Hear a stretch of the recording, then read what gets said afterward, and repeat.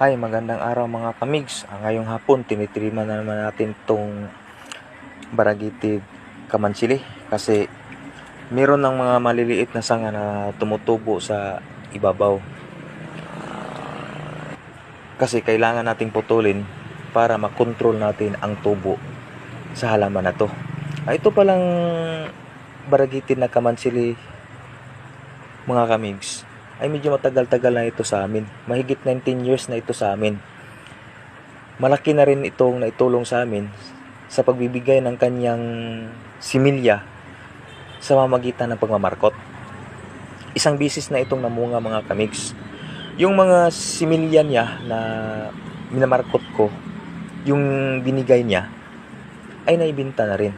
Kaya malaking utang na loob na kami sa halaman na to. Kaya hanggang dito na lang mga kamigs. Ingat, God bless, mabuhay.